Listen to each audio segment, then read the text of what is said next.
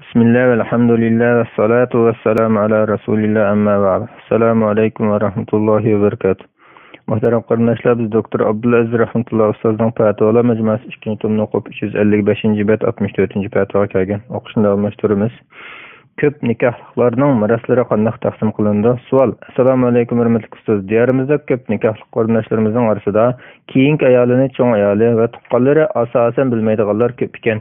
Chunki har qancha taqvo muslimami erga ikkinchi ayol nikohlab berishga qo'shilmaydi ekan.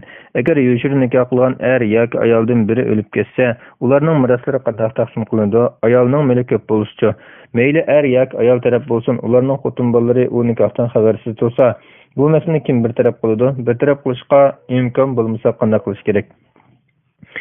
Cevap ve aleyküm esselam ve rahmetullahi ve berekatuhu. Barlık andısana Cenab-ı Allah olsun. Şundakla Peygamberimizge, aile tavabatlarga ve onunla taki kıyamet kişi egeşkerlerge durut salamlar olsun. Her kişiye ma'lum şeraitda, ma'lum şartlarga rioya qilgan asosda bir vaqtda 4 qadar xotin elishga ruxsat qilinganligi islom dinining o'ttiraligi va turli jamiyat va sharoitlarda amaliy tatbiq qilinishga mos bo'lganligidandir. Bu şartlar u ayollarning haq-huquqlarini to'liq kafolatga qilgan bo'lib, har kishi bu shartlarga rioya qila oladigan bo'lsa, birdan ortiq xotin elishga ruxsat qilinganlik qatoriga kiradi. Bo'lmasa, ortiq xotin elish cheklanadi. Ko'p nikohliq er hayot vaqtida xotinlarga va u xotinlardan bo'lgan farzandlarga teng barobar muomala qilish shart qilinib, xotin bola chaqalarining haq-huquqi qo'g'dalgandekla, u o'lgandan keyin ularning shariat belgilagan bo'yicha mirosdan bahramand bo'lish haqqi qo'g'dalgan. Etraflı fikir yürütgen kişi insaf bilen qaraydigan bolsa, birden artıq xotin elish meselesinde din düşmanlarının İslam şeriatının tanqidlanishinin o'rinsiz ekanligini asalla aydınlaştırib olalaydiganligi bir haqiqat bolsa, ko'p nikohliqlarning haq-huquqini qo'llash uchun belgilangan shartlarga musulmonlarning to'liq rioya qilib ketilmayotganligining shar'iy va ijtimoiy jihatlardan nurg'un egizpesliklarni keltirib chiqarayotganligi bir haqiqatdir. İkinci nikah bir neçe guvohchilarning guvohligi bilan shartlar to'liq bo'lgan ahvolda bu nikoh shariatda e'tirof qilingan taqdirdami, uni to'yxati bilan isbotlashning qiyinligi, to'yni jikarlamaslik, burungi xotiniga, bola chaqalariga, ikkinchi xotinning oilasidagilarga uqtirmaslik tufayli nurg'un ziyonlar kelib chiqadi. Masalan, ikkinchi ayolni qursoq ko'tarmaslikka zo'rlash orqali uni farzand ko'rish haqqidan mahrum qilish, qursoq ko'targan ahvolda homilani tushirishga zo'rlash, ikkinchi xotinni yashirganlikdan o'zining ayoliga o'z ega bo'la olmaslik, xotinlari va farzandlariga adolat taqozosi bo'yicha muomala qila olmaslik, ularning o'tirisidagi silarayimni uzib qo'yish, rasmiy to'y xati va nupus ketiga o'rnatilganlikdan keyincha xotin bola chaqalarining nafiqa va miroslarini emas, balki texi ayoli burun to'yib ketsa, o'zining miros haqqini zoya qilish va kazolar. Miras meselesi bunun içindeki en ağır meselelerinin biri. Çünkü İslam şeriatı miras meselesiga alohida ahmiyat bergan ve Allah Taala her bir mirasxo'rning nasibalarini kitobida tafsili bayon qilgan. Mirasni shu bo'yicha taqsim qilish bo'lsa, Allohga va oxirat kuniga ishonadigan har bir musulmonga farz qilinib, bu belgilanmalarni ijro qilishda Allohga osiylik qilib, belgilanmalarga tajovuz qilganlarga do'zaxda mangu azob va'da qilingan. Er o'lib ketsa, ayolining mirosi Qur'on Karimda bunday bekitilgan. Birinci, erining farzandi yo'q bo'lsa, butun mirosning 4dan birini oladi. Ikkinchi, erining farzandi bo'lsa, butun mirosning 8dan birini oladi. Meyitning bir necha ayoli bo'lgan ahvolda yuqorida belgilangan mirosni ular o'zaro teng bo'lishadi. Ayollardan biri tugab ketgan ahvolda ayolining farzandi bo'lsa, eri butun mirosning 4dan birini oladi. Farzandi bo'lmasa, butun mirosning yarmini oladi. Farzandlarning nasibalari har bir o'g'ilga qizning ikkisi o'lishi bo'yicha Qur'onda tafsiliy bekitilgan. Endi sizning savolinizga javob kelsak, er xotinlardan biri tugab ketsa, uning mirosi shariatda bekitgan bo'yicha yuqorqidek bir taraf qilinishi lozim. Ayolning mol-mulki oz bo'lsin, ko'p bo'lsin, o'xshashla eri qoldirgan mirosda uning Alloh bekitgan haqqi bor va uning bu haqqini talab qilish haqqi bor. Shunaqla erning ayoli qoldirgan mirosda haqqi bor. Lekin uning meyitning ayoli yoki eri ekanligini qanday isbotlag'ili bo'ladi? Shariat nikohda eng az deganda ravris ikki er kishi nikohga guvoh bo'lishini nikohning to'g'ri bo'lishi uchun shart qilgan bo'lg'achqa, keyincha mushundaq isbotlash ehtiyoj ko'rilganda guvohchilar nikohni isbotlash uchun rolini joriy qildirishi, guvohlikdan o'tishga chaqirilsa bosh tortmaslik lozim. Bosh tortsa gunohkor bo'lish bilan birga boshqalarning haqqini zoya qilayotgan bo'ladi. Buning asosan haq egasi bo'lgan mirosxo'r butun mirosni qo'lida tutib turayotgan boshqa mirosxo'rlardan mirosni talab qilishi lozim. Da'vogar oldi bilan guvohchilar orqali meyit bilan o'zining er-xotinlik yoki farzandlik munosabatini isbotlaydi. Bu ahvolda boshqa mirosxo'rlar ularning mirosxo'rligini e'tirof qilishi va ularning haqqini berishi lozim. Berse berdi, bermese Allahqa asilik qilib boshqalarning haqqini yeb olgan bo'ladi va u haq oxiratga qoladi. Haq egisi bo'lgan mirasxo'r mirasni ala olmasa, buning sababchisi dastlabida yoshirin nikoh qilgan ayol bo'ladi. Keyin buning gunohi ularning mirasxo'rligi guvohchilar orqali isbotlanganligini ko'rib turib, ularga mirasni bermaganlarga bo'ladi. Agar mirasxo'r o'zining mirasxo'rligini guvohchilar orqali isbotlay olmagan ahvolda, bu oqibatga o'zi va nikohiga guvoh bo'lgan guvohchilar mas'ul bo'ladi. Chunki to'y qiluvchi nikohga guvoh bo'lishga tuzuk guvohchini kelmagan. Guvohchimi guvohlikdan o'tishdek bosh tortishga bo'lmaydigan burchini ado qilmagan. Bu oqibatdan qutulishning shariatga uyg'un bir yo'li shuki, mayli mayli ayol bo'lsin, miros haqqini ala olmay qolgan mirasxo'rning shariatda o'ziga tegishli mirosning miqdorini aniq bilgandan keyin, uningdan oz miqdorda pul yoki boshqa mulk elib, o'z roziligi bilan miros haqqidan voz kechishdan iborat sulh qilib, bu da'voni chiroyli bir taraf qilishidir. Bu sulh orqali miros masalasini hal bo'lgan, hammaning gunoh va zulmdan qutulgan bo'ladi. Bu usulni ulamolar miros ilmida muharaja deb ataydi. Bu mirosxo'rlarning ba'zilari birasini ma'lum miqdordagi mulk badaliga mirosdan chiqarishga o'zaro sulh qilish degan ma'noda bo'lib, bu odatda da'vo dasturlarida sulhlashish dairasiga kiradi. Buning joizligida olimlar birdek ittifoq. At-Ta'rifat 175-bet, Al-Mudawwana Al-Kubra 11-362-bet, Fathul Bari 4-465-bet, Al-Mughni 4-307-bet, Hashiyat Ibn Abidin 8-261-bet, Ahkamut Tarikat wal Mawaris Abu Zufra Safa 127, Al-Fiqhul Islami va Adillatu 6-202-bet. Bu sulh to'xtami bitgan taqdirda haqqidan voz kechgan mirosxo'r olgan mol-mulkka ega bo'ladi-da, uning mirosdagi nasibasi so'lilashgan boshqa mirosxo'rlarga o'tib ketib, ularga xuddi hech ish bo'lmagandekla u mirosxo'rning nasibasini umum miros qatorida o'z nasibalari bo'yicha o'zaro taqsim qilindi. Ibn Abbas radhiyallohu anhuma ikki sherik va varislar molni taqsim qilganda o'zaro rozilashib, biri naq bar tovarni elib, yana biri kishilarga qarzni olsa bo'ladi. Agar birining nasibasi alaq bo'lsa, yana biridan to'ltib ola olmaydi degan. Buxoriy avval qilish va avvaldan yenivasi bo'lamdi degan bu. Tabiinlardan Hazrat Ata mol-mulk va narsa kerak ashyolarni miros olgan ikki kishi mirosni taqsim qilmay turib, biri haqqini yana biriga setibasi bo'lamdi deb so'ralganda, "Ha" deb javob bergan. Musnad Ibn Abi Shayba 526-bet, bir raqam 371 Bunun caizliğinin asas dalili sahabeler devrinde yüz bergen bulup, Abdurrahman ibn Avf radiyallahu anhu vafat buluştun burun, ağrıp yatkan vaxtıda ayali Tumazir binti Asbag'ini talaq qilib etgan va u ayoli iddatki chaqda vafot bo'lgan. Hazrati Osman u ayolga miros bermoqchi bo'lganda, Abdurrahmonning boshqa 3 ayoli u ayol bilan sulhlashib, u ayol olgan mirosning 4/1 bo'lgan 83 ming tilla yoki tangini u ayolga berib rozi qilgan. Bu ahvol xalifa Osman roziyallohu anhu davrida yuz bergan bo'lib, buningga sahobalar ijmo qilgandir. Sunan Sa'id ibn Mansur 266-bet bir raqam 1959, Sunan al-Bayhaqi al-Kubra 6-65-bet bir raqam 11137, Ad-Diraya fi Takhrij al-Ahadith al-Hidayah 2-180-bet. Bu tariqada qilingan sulh to'xtami mirosdan chiqib ketgan va qolgan mirosxo'rlarning hammasi rozi bo'lgan ahvolda qulaylashtirish va talash-tortishni hal qilish yo'lidan joiz bo'ladi. Buning joiz bo'lishi uchun tövəndeki shartlar tepilishi kerak. Birinchi, har bir mirosxo'rning balog'at ketgan aqil kishi bo'lishi va o'z irodasi bilan rozi bo'lgan bo'lishi. Agar ularning orasida norasida yoki saran kishi bo'lib qolsa, bu sulh to'g'ri bo'lmaydi.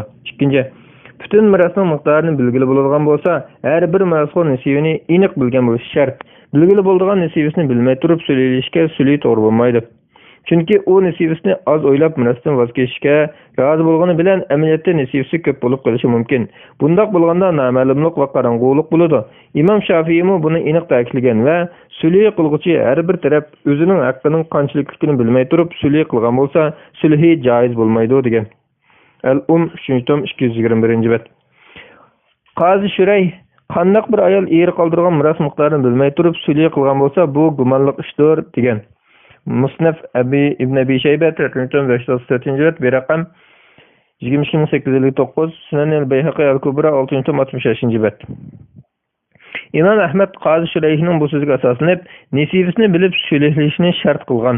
Al-Mughni 4-tom 318-bet. İmam İbn Azm Qazi Shurayhning aşı sözünü bayon qilgandan keyin bu sulhning faqat miqdori aniq bo'lgan haqni iqror qilganda joiz bo'lganligining bayonidir degan. İmam Bayhaqi Hazrat Abdurrahman radhiyallohu anhuning ayolining sulhilish vaqaligini bayon qilib, buni u ayol o'zining nasibasini bilib sulh qilgan deb tushunamiz degan. Al-Muhli 8-tom 61-bet. Sunan al-Bayhaqi al-Kubra 6-tom 65-bet.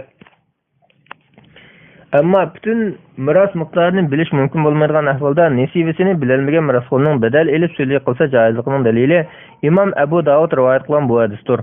İki kişi Rasulullah sallallahu aleyhi ve sellem'nin huzuriga o'zlarining o'ttirisidagi miros davosini qilib kelgan. U ikkisining hech birining isboti yo'q bo'lg'achqa Rasulullah sizlar mening oldimga kelib davolashsizlar. Paketni qo'yishda ba'zilaringlardan gap qistroq bo'lishi mumkin. Shunga men kimga qilinishining haqidan biror narsani buyurib berib hukm qilgan bo'lsam, amaliyotda uning bir parcha o'tni parchalab bergan bo'laman. Shunga uni elib qolmasin dedi. Ular yig'lab ketib bari mening haqqim sening bo'lsin deyishdi. Buni ko'rib Rasulullah qilg'uliqni qilib bo'libsizlar. Endi to'g'ri yo'lni bilishinglar, ondan chektashib halolashinglar dedi. Abu Davud 3584-hadis, Musnad Ahmad 26760-hadis, Shuayb Arnaut sanadi Hasan degan. İmam İbn Abdulbar bu hadisda hakim hukm qilib qo'ymasimi, sheriklar o'zaro bo'lishuvasi bo'lganligiga, noma'lum bo'lgan haqni o'tib o'tish, uning sulhlash va uni berib o'tishning joizligiga dalil bor degan. At-Tamhid Ibn Abdulbar 22-tom 222-bet. Bunun asasen vaqt uzrab ketganlikdan butun miqdorini aniq bilgili bo'lmagan bo'lsa, bu chog'da nasibasini bilmagan mirosxo'r miqdori ma'lum badal elib haqqidan voz kechsa bo'ladi. 3-badalning mirosdagi nasibasining miqdori aniq bo'lgandan keyin voz kechgan mirosxo'rning sulhida olgan badali o'z nasibasidan oz bo'lsin yoki ko'p bo'lsin, har ikki ahvolda joiz, lekin miros naqd pul bo'lgan ahvolda badaliga pul olsa, pulni pulga almashtirishda shart qilingan naqd-munaq bo'lishdek shartlarga rioya qilinmasa, jazoning shubhasidan paydo bo'lib qoladi. Tabyinul Haqaiq 5-tom 50-bet, Al-Fiqhul Islomiy va Adillatuh 6-tom 202-bet. 4. Sulh qilib mirosdan voz kechgan mirosxo'r bir kishi bo'lsin yoki bir necha kishi bo'lsin, o'xshashli joiz. Buning asosan ikkinchi ayoli farzandlar bilan birga birinchi ayoli va farzandlar bilan sulh qilsa bo'ladi. 5. Albatta bu sulhni tuzganda miros qoldiruvchi shaxs vafot bo'lgan bo'lishi lozim. Chunki vafot bo'lmagan ahvolda mirosxo'r yoki miros degan narsa mavjud bo'lmaydi. Yuqoriqilarga binoan miros taqsim qilingan bo'lsa-mu, miros miqdori aniq, har bir mirosxo'rning nasibasi ma'lum bo'lsa, ikkinchi xotin ayollarning miros davolarini hal qilish uchun mazkur tariqada sulh qilishga qadam qo'ysa bo'ladi. Ammo odatdagi normal ahvollarda belgilangan qoida bo'yicha taqsim qilib, har bir mirosxo'rga taqdim to'liq berish lozim. Bu yerda shuni eslatib qo'yish kerakki, ba'zi mirosxo'rlarning haqqini bermaslik jahiliyatning qoldiqlari bo'lib, o'zini musulmon deb o'ylaydiganlar uchun boshqalarning haqqini yeyishdan, farzandlarga haromni yegizishdan saqlanish intayin zarur. Urf-odatimiz shunday edi deb buning so'qarish bo'lmaydi. Chunki jahiliyat qoldiqlari bo'lgan har qanday odat Allohning belgilamasi va shariatiga zid kelsa, musulmon kishi cho'qim Allohning shariatiga bo'ysunishi lozim. Allohning yo'lida rus mangmay, Allohning belgilamasiga ma'qul demay, Allohning tavhidini ijro qilmay, boshqalarning aqlini bermay, yaqin tuqqanlarga zulm qilib turib, namoz o'qiyman, ro'za tutaman, masjidga chiqaman, tarovih o'qiyman, tabligh anglayman, hajga boraman deb yurganning oxiratda tuzuq qimmati bo'limiz kerak. Tuqqanlarning haqqi, yetimning haqqi oxiratda emas, bu dunyodami haromxo'rlar uchun o't bo'ladi. Ular amaliyotda o'tni yeydi. Tuqqanlarga mirosni bermay turganlar Alloh belgilagan chek-chegaraga tajovuz qilganlar bo'lib, oxiratda mangu do'zaxda qoladi. Ularga xorlig'ich azob bordir. Vallohu alam. 2016-yili 11-oyning 18-kuni. Fatvolar majmuasi 2-tom 363-bet, 65-fatvo. Onadan qolgan mol-mulkni qanday taqsim qilamiz? Savol. Assalomu alaykum ustoz. Ota-ona har ikkilisi xizmat qiladi. Yaqinda ona olamda o'tdi. 1. Onami xizmat qilib maosh olganlik uchun mol-mulk taqsim qilinamdi? Qanday taqsim qilinadi? 2. Onaning shaxsiy mol-mulki bo'lsa, bu qanday taqsim qilinadi? 3. Dada bo'lg'uchi hayot turib, onaning mol-mulki bo'linmay, dadaning mol-mulki qo'shiladi degan ko'z qarash to'g'rimi? Javob. Va alaykum assalom va rahmatullohi va barakatuh. Barliq hamd sana Janob Allohga bo'lsin. Shundaqla payg'ambarimizga, oila tavbatlarga va uningga toki qiyomatgacha ergashganlarga durud salomlar bo'lsin. Ana vafot bo'lgan ahvolda oldi bilan onaning mulkini aniqlab bekitamiz. Ondan mirosxo'rlarni bekitib, qoldirgan mirosni ularga shariat belgilagan bo'yicha taqsim qilamiz. Ananing mulkiga kelsak, mayli maosh bo'lsin, mayli ota-onasidan qolgan miros bo'lsin, mayli eri bergan to'yliq bo'lsin, mayli tijorat yoki biror ishdan topgan puli bo'lsin, mayli hadiya yoki mukofot olgan narsa bo'lsin, bularning hammasi ananing mulki bo'lib, bu mulkdan o'z roziligi bilan eriga va boshqalarga bersa, hadiya qilsa va xajlasa, bu ananing to'liq huquqidir. Ana hayat vaqtida uning maoshi yoki setib olgan uyi yoki mashinasi degandek bir narsa bo'lsa, yoki anaga tava yig'ib saqlagan pul, oltin ziynat degandek narsalar bo'lsa, bularning hammasi anadan qolgan miros hukmida taqsim qilinadi. Agar maoshini yoki boshqa mulkini eriga bergan yoki uyga xajlagan bo'lsa, buni tuvandagi turlarning biriga tushiramiz. Birinchi, eriga uyga xajlash yoki tijorat ishlatish uchun qarz qilib berishi. Chunki ayolning uy xarajatini ko'tarish majburiyati yo'q. Agar maoshini yoki boshqa mulkini berganda aniq qilib, bu qarz desa, bu pul erning bo'yniga qarz bo'ladi va ona vafot bo'lganda bu qarz onadan qolgan miros qo'shilib taqsim qilinishi lozim. Lekin Uyg'urlarda odatda bunday qarz berish kam uchraydi. Ikkinchi, yukini yengillatish uchun yordam sifatida o'z roziligi bilan eriga berib o'tish yoki uyga xajlab o'tish. Uyg'ur jamiyatida ayollarning o'z mulkini eriga yoki uyga xajlashi ko'pincha ahvolda mushtarak kiradi. Uyg'urlar odatda xotinchilikdan iborat bu muqaddas rishini qo'g'dab, sening mening deyishmay chiroyli yashaydi. Hatto kerak bo'lib qolsa, ayoli oltin ziynatlarini eriga hadiya berib. Bu ahvolda ayol tugab ketsa, u pullarni ayolga qaytarmaydi. Chunki natijada bu pul erning mulkiga aylanib ketgan bo'ladi. Shundaqdimi qaytaray desa, bu oliyjanoblik va fazilat doirasiga kiradigan esil axloqdir. Uchinchi, erining besimi qo'rqitishi bilan eriga berib o'tishi yoki uyga xajlab o'tishi. Bu ahvolda rozilik yo'q bo'lg'achqa bu pul ayolga qaytishi lozim.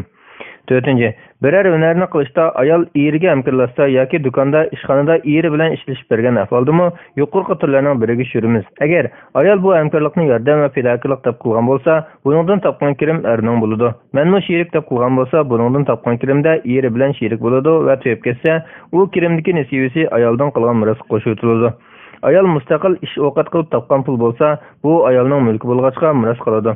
Yuqorqi turlarga asosan onaning eriga bergan va uyga xajlagan maoshi hadiya hukmini olib, onaning qo'lidan chiqib ketgan, erning mulkiga aylangan bo'ladi. Bu vajidan ona tugab ketganda otaning iqtisodidan bir qismini ayolining deb ayirishga va buni miros qo'shishga bo'lmaydi. Imom Buxoriy rahmatullohi alayhi sahihida erning ayoliga, ayolning eriga hadiya qilish to'g'risida degan bobda mundaq bayon qiladi. Tabiinlardan İbrahim unda qilish durust degan. Ömer ibn Abdulaziz ayol ikkisi bergan narsalarda yanolmaydi degan. Rasululloh sallallohu alayhi vasallam ayollardan Aisha radhiyallohu anhaning uyida yetib davolanish to'g'riliq ruxsat olgan. Payg'ambar sallallohu alayhi vasallam hadiyasidan yenib olg'uchi qusuqni yegan itga o'xshaydi degan. Zuhri ayoliga to'yliqning bir qismini yoki hammasini menga bergan degan kishi haqida mundaq degan. U ayol bergan bo'lsa, ondan uzoq o'tmay, u ayolni taloq qilib o'tgan bo'lsa, ondan u ayol eriga bergan narsani yenib olsa, agar eri ayolni aldab olgan bo'lsa, chuqum u ayol qaytib beradi. Agar u ayol uni o'z roziligi bilan bergan, u ayolni aldamagan bo'lsa, qaytarmasimi durust. Alloh taolo mundaq deydi: agar ular uningdan bir qismini rozi bo'lib sizlarga bersa, uni yanglar. Nisa surasi 4-oyatning bir qismi. Endi onaning eriga bergan va uyga xajlagan yuqorqi maosh va boshqa pullar hadiya bo'lg'achqa, uni hisobdan chiqarib o'tgandan keyin onaning uningdan boshqa mol-mulki bo'lsa, uni miros qilib, mirosxo'rlarga shariat ko'rsatgan bo'yicha taqsim qilish lozim. Buning uchun oldi bilan ona vafot bo'lgan chog'dagi mirosxo'rlarni bekitish lozim. Onaning farzandlari bo'lg'achqa, eri mirosning 4dan birini oladi. Qolgani onaning farzandlariga bir o'g'ilga qizning ikkisi bo'yicha taqsim qilinadi. Onaning ota-onasi bo'lsa, ularni miros oladi. Buning uchun ahli ilmlardan birining maslahatini olish lozim. Dada hayat bo'lg'achqa, onaning mirosi bo'linmay, dadaning mulki qo'shitiladi degan so'z Allohning belgilangan zid xato qarashdir. Allohning shariatida bunday ish yo'q. Namoda ayol o'lib ketsa, butun mirosni er oldigan bo'lsa edi, Alloh taolo Qur'onda erning mirosga nisbatan farzand bo'lsa 4dan birini, farzand bo'lmasa yerimni oldi deb belgilangan bo'ladi. Uning ustiga ayolning eri va farzandlaridan boshqa mirosxo'rlari bo'ladi. Mirosi mirosxo'rlarga taqsim qilinmay, mirosni o'ngcha olsa, boshqa mirosxo'rlarning haqqini yeb ketish bilan birga Allohning belgilamasi tajovuz qilganlikdan iborat ig'ir jinoyat sodir qilgan bo'ladi. Vallohu a'lam. 2016-yil 11-oyning 19-kuni. Fatvolar majmuasi 2-tom 366-bet 66-fatvo. Bu miros qanday taqsim qilinadi? Savol. Assalomu alaykum ustoz. Miros to'g'riliq fatvo so'ramoqchi edim. Oilamiz savdogar oilasi. Biz bir ona, bir dadadan 4 bola, 2 qiz, 2 o'g'il. Bolaning eng cho'ngi o'g'il uylangan, lekin ayrimay olmagan. Dada bilan bir uyda turdi. İkincisi qiz to'y qilib erining uyida. Uchinchisi qiz to'y qilmagan. To'rtinchisi o'g'il, u to'y qilmagan. Anam 8 yil ilgari tugab ketgan. Anam tugab ketib, dadamning salomatligi yaxshi bo'lmay, o'zidan ansirab bayat vaqtimda mirosni ayiribtay deb faqat uy zaminlarini biz 4 balaga, mal palonchi balamga, bu pokanch balamga, palonchiga deb ayirib etgan. Lekin do'kondagi mal va tijoratda aylantirib o'tgan naq pullarni ayirmagan. Aradan 2 yildan keyin dadamni o'ylab qo'ydik. U ayoldan bir o'g'il bolasi bor. 4 yoshga kirdi. Jami 5 bo'ldik. Dadammi buni necha oy burun omonat topshirib ketib qoldi. Hozir miros ayirish masalasida qanday ayirishni bilmay qoldik. Qur'onda vafot bo'lg'uchining qarzlari to'lanib bo'lgan, vasiyatlar ado qilinib bo'lgandan keyin mirosni ayirish deb bor ekan. Undaqda onam tugab ketgandan keyin dadamning biz 4 balaga ayirgan zaminlar vasiyat qatori kelamdi. Dadam tugab ketishdan bir necha oy burun meni o'qitib kichik deganlikdan Urumchidan mening nomimni biri elib, keyin turmushlik bo'lganda o'ltirsin deb elib qo'ygan. Bu vasiyat kelamdi. Uyni miros deb emas, keyin kichik o'g'il o'ltirsin deb qo'yg'achqa vasiyat qatori kirdi deb ixtilof bo'lib qoldi. Uni vasiyat qatori hisoblamay umumiy miros qo'shib taqsim qilamizmi? Biz 4 balaga ayirib etgan zaminni qo'shib ayrimdi yoki burun dadamning ayirib etgan vasiyat qatorida biz 4 bala zaminni elib bo'lib qilib qolganini ayrimdik. U chaqda dadamning keyingi ayoldan bo'lgan bola tek tug'ilmagan. Anam tugab ketganda anamning oltin zimnatlari qolgan. Taqsim qilmoqchi ekamiz. Uni qanday ayrimiz? Boshda anamdan qolgan oltinlarni taqsim qilib bo'lib, ondan boshqa mol-mulkni taqsim qilamizmi yoki anamdan qolgan oltinlarni butun mol qo'shib keyin olgan ayoli va 5 balaga taqsim qilamizmi? Dadamning keyin olgan ayolini qanday rozi qilamiz? Boshqa qarindoshlarga qanday taqsim qilamiz? Tafsiliyroq javob bergan bo'lsa, Alloh rahmat qilsin. Cevap ve aleyküm selam ve rahmetullahi ve berekatuh. Bağlı hamdü sana Cenab-ı Allah'a olsun. Şundakla Peygamberimizge, aile tevbatlarga ve onunla taki kıyametkiçi ergeçkilerge dürт salınlar bolsun. Aldı bilen anı tügep ketken bolğaçka, anı tügep ketken vaqtdaki anıdan qalgan zimin ve altın zıbızınat qatarlıq iqtisatni şu çağda anıdan miras alalaydigan iri ve perzentleri qatarlıq münasiblarga şer'i taqsim qilamiz. Ananın mirasıdan altın zıbızınatları hazır naq bar bolsa, uningdan boshqa anadan qolgan mulklarni oltin qitib taqsim qilamiz. Mazkur ananing ota-onasi hayot bo'lmagan taqdirda otaga mirosning 4dan biri, qolgani ashu ananing o'zining 4 farzandiga 6 ulush qilinib, har bir o'g'ilga 2 ulush, har bir qizga 1 ulushdan taqsim qilinadi. Bu hisob bo'yicha taqsim qilib bo'lganimizda ananing mirosini taqsim qilish ishi tugagan bo'ldi. Buning asosan yuqori mirosxo'rlar har biri haqqini olishi lozim. Atımı ayoldan olgan 4dan birini olgan bo'ldi. Undan keyin otaning qoldirgan mirosini va mirosxo'rlarni bekitish ishiga kelamiz. Oldi bilan otaning mirosi qanchalik deb mirosni bekitayli. Albatta, otaning ayolidan olgan mirosi va undan boshqa mol-mulki hammasi miros doirasiga kiradi. Hayot vaqtida farzandlik taqsim qilayotgan miroschi ota hayot vaqtida taqsimot qilgan miros kichik ega emas. Chunki miros o'lgandan keyin taqsim qilinadi. Hayat chog'da miros degan narsa mavjud bo'lmaydi. Natijada hayot vaqtida taqsim qilgan u zamin mulklar otadan qolgan miros bo'lib shar'iy taqsim qilinadi.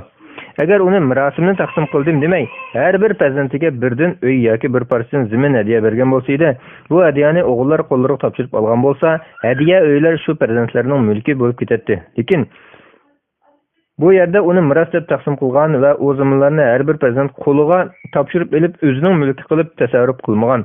Undaq bo'lgan ekan, bu zaminlarmi otadan qolgan miros bo'ladi. Kichik o'g'liga elib bergan uymi miros bo'lib shar'iy taqsim qilinadi. Chunki u kichik o'g'liga elib berganga o'xshash boshqa o'g'illarga elib bermagan bo'lg'achqa, bu hadiya kichik ega emas. Shundaqla uni vasiyat qatorida hisoblamay, umumiy miros qo'shib taqsim qilamiz. Chunki ota men o'lib ketsam yoki mendan keyin qolsa kichik o'g'lim o'ltirsin deb vasiyat qilmagan. Vasiyat qilgan taqdirdami mirosxo'rlarga vasiyat qilishga bo'lmaydi. Barliq mirosxo'rlar rozi bo'lgan ahvolda ondan u vasiyat ijro qilinadi. Undaq bo'lgan ekan, uni vasiyat deyish bo'lmaydi. Miros bo'ladi va taqsim qilinadi. Natijada otaning butun mulki miros, buning ichida hayotida burun ayoldan bo'lgan farzandlarga miros deb taqsim qilgan uy zamin, kichik o'g'liga olib bergan uy va ayolidan u kishiga tegishli bo'lgan miros hammasi bu kishidan qolgan mirosida jami 5 farzandga va keyin olgan ayoliga taqsim qilinadi. Undan keyin otaning mirosxo'rlarini bekitishga kelamiz. Demak, otaning mirosxo'rlari burunqi 4 farzandi, keyingi ayoldan bo'lgan 1 farzandi va keyin olgan ayolidan iborat. Agar otaning otasi yoki onasi hayot bo'lsa, ularmi mirosxo'rlar qatoriga kiradi. Ulardan biror hayot bo'lmasa, shariat bo'yicha keyin olgan ayoli butun mirosning 8dan birini oladi. Esh qolgan qismini 8 ulushga ayirib, 5 balaga taqsim qilinadi. Har bir o'g'il 2 ulush, bir qiz 1 ulush oladi. Vallohu a'lam. 2016 yili 8 oyning 6 kuni. Fatvalar Mecmuasi 2. tom 369. bet 67. fatva. Miras taqsimoti. Savol: Assalomu alaykum. 63 yoshga kirgan tul ayol bo'lib, hayot vaqtida qo'shnisi u ayolning holidan xabar olib, osh tomoq berib baqqan va u ayol vafot bo'lgandan keyin uy ziminiga varislik qildigan bo'lib, kelishim tuzgan. Hozir u ayol o'lib ketdi. U ayolning to'y qilgan bir o'gay qizi, bir ochisi va bir akasi bor. Bu mirasga kim varislik qilsa bo'ladi? Javob: Va alaykum assalom va rahmatullohi va barakatuh. Barliq hamd sana Janobi Allohga bo'lsin. Shundoqla payg'ambarimizga, oila tavobatlarga va uningga toki qiyomatgacha ergashganlarga durust salomlar bo'lsin. Agar ahvol savolda bayon qilingandek bo'lib, bir aka bir ochidan boshqa ya farzand, ya ota-ona, ya cho'ngdida yoki cho'ngona qatorliq mirosxo'rlar topilgan taqdirda miros tövendikidek taqsim qilinadi. O'gay qiziga miros tegmaydi, chunki u mirosxo'rlardan emas. Qo'shnisiga miros tegmaydi, chunki qo'shniga miros qoldirish kelishimi shariatga xilof. Chunki shariatda qo'shniga miros tegmaydi. Mirosni xizmatini qilib berish, qilib beqish ish haqi degilim bo'lmaydi. Chunki buningda beqish muddat noma'lum. Miros to'xtamini faqatla vasiyat deb qarashga bo'ladi. Chunki shariatda meyitning mirosining 3dan 1 miqdorda vasiyat qilish huquqi bo'lib, buningga asosan to'xtamning shariatga uyg'un bo'lgan qismlar kuchga ega bo'ladi. Ya'ni qo'shnisiga mirosning 3dan 1 vasiyat sifatida tegadi. Qolgan 3dan 2 qismini ochisi bilan akasi, bir o'g'ilga 2 qiz nasibasi bo'yicha oladi. Ya'ni vasiyatdan oshgan qismini 3 ga bo'lib, 2 qismini akasi, 1 qismini ochisi oladi. Allah Taala Qur'on Karimda munaq degan: "Senden fatva so'rashidi. Aytqinki, Alloh onasi va bolasi yo'q meyitning mirosi to'g'riliq munaq fatva beradi. Agar bir kishi vafot bo'lib, bolasi bo'lmasa, faqat bir hemshirasi bo'lsa, u tarakining yarmini oladi. Agar hemshirasining bolasi bo'lmasa, har bir tuqqani uning varisi bo'ladi. Agar u er kishining 2 hemshirasi bo'lsa, ularga tarakining 3dan 2si tegadi. Agar varislar ham er, ham ayol bir tuqqanlar bo'lsa, bir erga 2 ayolning hissasi beriladi. Adashmasliqlar uchun Allah sizlarga bayon qilib berdi. Allah hamma narsani bilgichdir. Vallohu alam. 2014-yili 11-oyning 22-kuni. Bismillah, alhamdulillah, vassalatu vassalamu ala rasulillah, amma ba'd. Assalomu alaykum va rahmatullohi va barakatuh. Muhtaram qarindoshlar, biz doktor Abdulaziz rahmatulloh ustozning fatvalar majmuasi 2-tomni o'qib, savdo muomala va hunar kasb bobiga kelgan o'qishni davomlashtiramiz. 68 fatva. Oltin zibzinat tijoratida nesi qilishning hukmi. Savol: Assalomu alaykum hurmatli ustoz. Oltin zibzinat tijoratchilari odatda do'koniga mol to'liqlash jarayonida top mol chiqargan o'rinlardan do'koniga kerakli mollarni tanlab, grammlab bo'lgandan keyin buni ashu kunning oltin bahosi bo'yicha hisoblatadi. Lekin alg'uchi va sotuvchi ikkalarining cho'pqatlik va tijoratga hamkorlik munosabati bo'lg'achqa, oltinning pulini shu chog'da naqd bermay elib ketib, bir qismini setib yoki sotgan sira kunlik savdo qarab berishga hamkorlik o'rnatadi. Muddat ba'zida oz deganda shu kuni kech tarafda yoki o'zini 10-15 kunga cho'zilgan bo'ladi. Ishqilib, alg'uchi taraf buni o'z ustiga oladi, bergich taraf suylaydi. Mushundoq davomlashadi. Hatto ba'zida bu ikkalarining o'rtasida ilm berim oyoqlashmaydi. Balki hisobot orqali davomlashib aylanib turadi. Bu savdoning shariatlik hukmi nima? Yana bir xil usuli, olg'uchi taraf oltinni grammlab oladi, lekin bu oltinni shu kunning oltin bahosi bo'yicha hisob qilmaydi. Balki mancha gram oltin olg'uchiga o'tdi degan to'xtam bo'yicha hisoblaydi. Ondan ixtiyor olg'uchiga o'tgan bo'ladi. Olg'uchi oltinning o'sib tushish ahvoli va o'zining oltin zapasining ahvolini chiqish qilgan asosda yangi oltin o'rniga grammlab ko'na oltin beradi. Yangi ko'nliq farqi ish haqi deganlarni ayrim berdi yoki xohlagan bir kuni shu xohlagan kunlik oltin bahosi bo'yicha pul sundirib pul berdi. Demak, A taraf bilan B tarafning hisoboti oltinning grammlik sonida bo'ladi. Buningdimi ikki tarafning hamkorlik munosabati qo'yib bo'lg'achqa ilm berim naq-munaq bo'lmasdan hisobot daftar orqali bo'ladi. Bu xultik savdoning islomdagi hukmi nima? Alloh rozi bo'lsin. Javob: Va alaykum assalom va rahmatullohi va barakatuh. Barliq hamd sana Janobi Allohga bo'lsin. Shundoqla payg'ambarimizga, oila tavobatlarga va uningga toki qiyomatgacha ergashganlarga durust salomlar bo'lsin. Savolda bayon qilingan har ikki xil savdo turi shariatda to'g'ri bo'lmagan savdolar bo'lib, mazkur ahvollarda savdo harom bo'lish bilan birga jazoni shakllanadi. Chunki oltin bilan kumushni elishishda odatdagi savdoda shart qilingan shartlardan boshqa bir necha alohida shart topilishi kerak. Bularning eng muhimi tövendagi 2 shart. Biri, oltin bilan kumushni o'zlariga setishda, ya'ni oltinni oltinga, kumushni kumushga setishda naq-munaq va ig'iliqi tang-mutang bo'lishi shart. Bu shartga rioya qilinmagan ahvolda jazoni shakllanadi. Abu Said Xudri radhiyallohu anhu rivoyat qiladi-ki, Rasululloh sallallohu alayhi va sallam mundaq degan: "Oltinni oltinga tang-mutang bo'lmasa sotmanglar, birini yana biridan ortiq qilmanglar. Kumushni kumushga tang-mutang bo'lmasa sotmanglar, birini yana biridan ortiq qilmanglar. Uning nisisini naqd sotmanglar." Sayyin Buxoriy 2177-hadis, Muslim 1584-hadis. Ikkinchi, oltin bilan kumushni boshqa bir turga, ya'ni oltinni kumushga sotganda naq-naq bo'lishi shart. Ig'irligi teng bo'lishi shart emas. Bu vaqtda olimlarning ijmosi bor. Buningga munosabat hadislarni tuvanda bayon qilamiz. Yuqorqi ikki shart tepilmasa jazoni shakllanadi. Mazkur ikki savdo usulida bu shartlar tepilmagan bo'lib qolmay, ikkinchi xil usulda oltinga to'lamoqchi bo'lgan narsa oltinmi yoki pulmi muayyan bekitilmagan. Pul bo'lsa grami qanchadan bo'lishi qatorliqlarning noma'lumligi bilan savdoning haromligini, botilligini texmi ig'irlashtirib o'tadi. Yana olimlar sahih hadislarga tayinib birdek ijmo qilib muayyanlashtirganligi, sud setiq va jazo mahkamlarida oltin kumushning sutining yuqori tevaligi shundaqla koni yangligi e'tiborga ilinmaydi. Natijada sifatlikini nachirga, konisini yangisiga birini ig'irroq qilib yoki yangi konlik farqi ishaq uchun pul berib sodlasa to'g'ri bo'lmaydi. Balki koni oltinni setib pulini hisoblab olib, ondan yangi oltinning sodasini qilib, uning pulini naq berish lozim. Buni aniq qilib bayon qilgan hadislardan misol olsak, Abu Said Xudri bilan Abu Hurayra radhiyallohu anhu ikkalan rivoyat qiladi-ki, Rasululloh sallallohu alayhi va sallam ansorlardan Bani Adi jamoatidan bir kishini amaldor qilib Xaybarga avatib ishlatgan edi.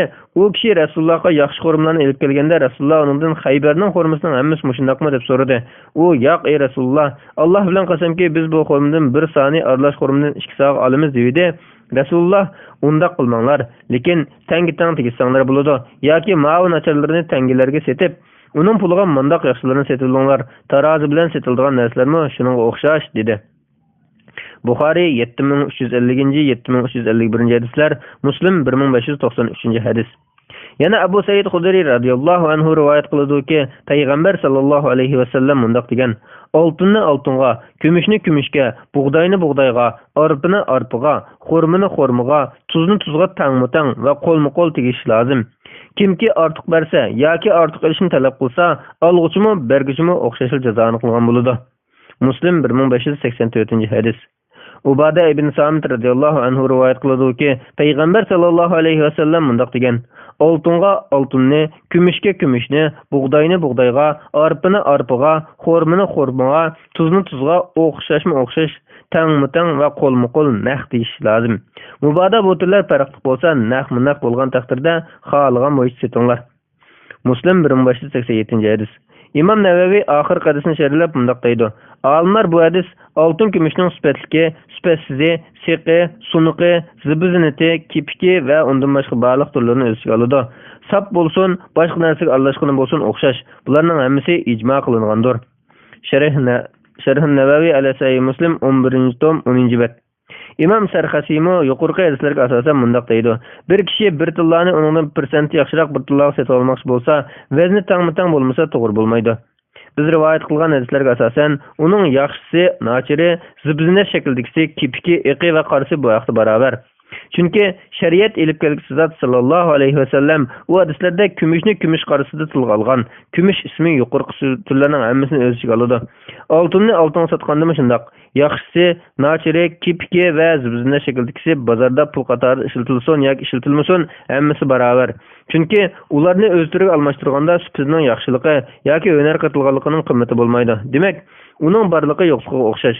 Biz yuqorida to'xtam so'rinda ikki taraf badalni qo'lga topshirib berish vojib deb bayon qilganimizdek, uningda ozgina muddat belgilasimi bo'lmaydi. Ikki badalni to'xtam so'rinda topshirib olmaslik to'xtamni botil qilib o'tadi. Shundoq bo'ladi ekan, badalni kichiktirish shu to'xtam taqozosiga zid keladi. To'xtam taqozosiga zid keladigan bir narsani shart qilish bo'lsa, to'xtamni botil qilib o'tadi. Al-Mabsut Lis-Sarxasi 14-tom 11-bet. Davrimizki qog'oz va shuningga o'xshagan oltin kumushdan boshqa pullar oltin bilan kumushning o'rnida turadi. Natijada qog'oz pulni qog'oz pulga almashtirishda oltin bilan kumushga o'xshash yuqorqi ikki shart tepilishi lozim. Bo'lmasa jazoniga aylanadi. Islom fiqh akademiyasi Makka mukarramadagi 5-navbatli qurultayida shunday qaror chiqargan. Qog'oz pul o'z oldiga ayrim pul bo'lib, uningga oltin bilan kumush pullarning hukmi beriladi. Shundoq bo'lg'achqa uningda zakot vojib bo'ladi. Birini biriga setishda oltin bilan kumushda shakllanganliklar ortiqlik va nesilik jihatdan kelib chiqadigan jazoni shakllanadi. Islom fiqh akademiyasi yana qog'oz pullar tarqatgan davlatlarning o'xshamasligiga qarab o'xshamagan turdagi pullar hisoblanadi. Masalan, Saudiya qog'oz puli bir tur, Amerika qog'oz puli yana bir tur bo'ladi. Muşu tariqada har bir turli qog'oz pul o'z oldiga mustaqil bir tur hisoblanadi. Shundoq bo'lgandan keyin uningda jazoning ortiq kamlik jazonisi bo'lsin, nesilik jazonisi bo'lsin, har ikki turi shakllanadi deb muayyanlashtirgan va bunda xulosalagan. Bularning hammasi tuvandikilarni taqozo qiladi. Birinchi, qog'oz pulni qog'oz pulga yoki oltin kumush va yoki boshqa moddadan yasalgan boshqa turli pullarga nesi setishga mutlaq bo'lmaydi. Shunga masalan Saudiya riyalini boshqa bir pulga, har ikki pulni naqd topshirib ilishmay nesi setishga bo'lmaydi. İkinci, bir qog'oz pulni shu turdagi pulga naqd bo'lsin yoki nesi bo'lsin, birini yana biridan ortiq kamsitish bo'lmaydi. Masalan, 10 Saudiya qog'oz riyalini 11 Saudiya qog'oz riyaliga nesi bo'lsin yoki naqd bo'lsin setish bo'lmaydi. Qog'oz pulni boshqa turdagi qog'oz pulga naqd bo'lsa setish bo'ladi. Masalan, Suriya yoki Livan bir lirasini Saudiya bir riyaliga yoki undan oz yoki ko'p setish bo'ladi. Riyal qog'oz yoki kumush bo'lsin o'xshash. Qarar raqam 6 al-Majmu' الفقهي الإسلامي برابطة العالم الإسلامي بمكة المكرمة سنة 1402 هجري حول العملة الورقية. Bu qarorni islom dunyosidagi mashhur fiqh akademiyalari, fatvo komitetlari hammasi ta'kidlagan va qog'oz pulni jazoni va zakot ahkomlari isbotlanish jihatdan oltin kumush o'rnida deb qaragan.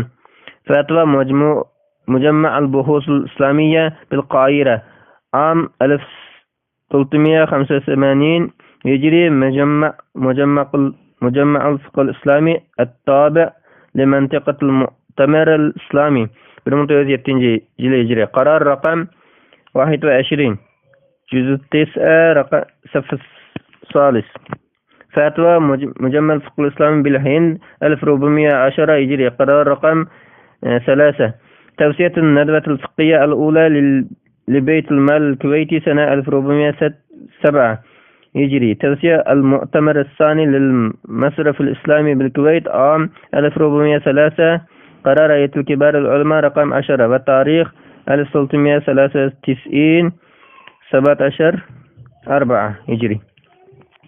Bunundaki oltin bilan kumushni qog'oz pulga ilib setishda naqd bo'lmas joiz bo'lmaydiganlik aniq bo'ladi. Qog'oz pul bilan oltin kumushning farqi shuki, oltin kumush Alloh tomonidan pul qilib yaratilgan madandir. Kipki bo'lsin, cho'kisi bo'lsin, nuqchisi bo'lsin, pullik aloyiligi yo'qolib ketmaydi. Bu jihatdan oltin kumush zibzinatlarni yaslash bilan pul bo'lish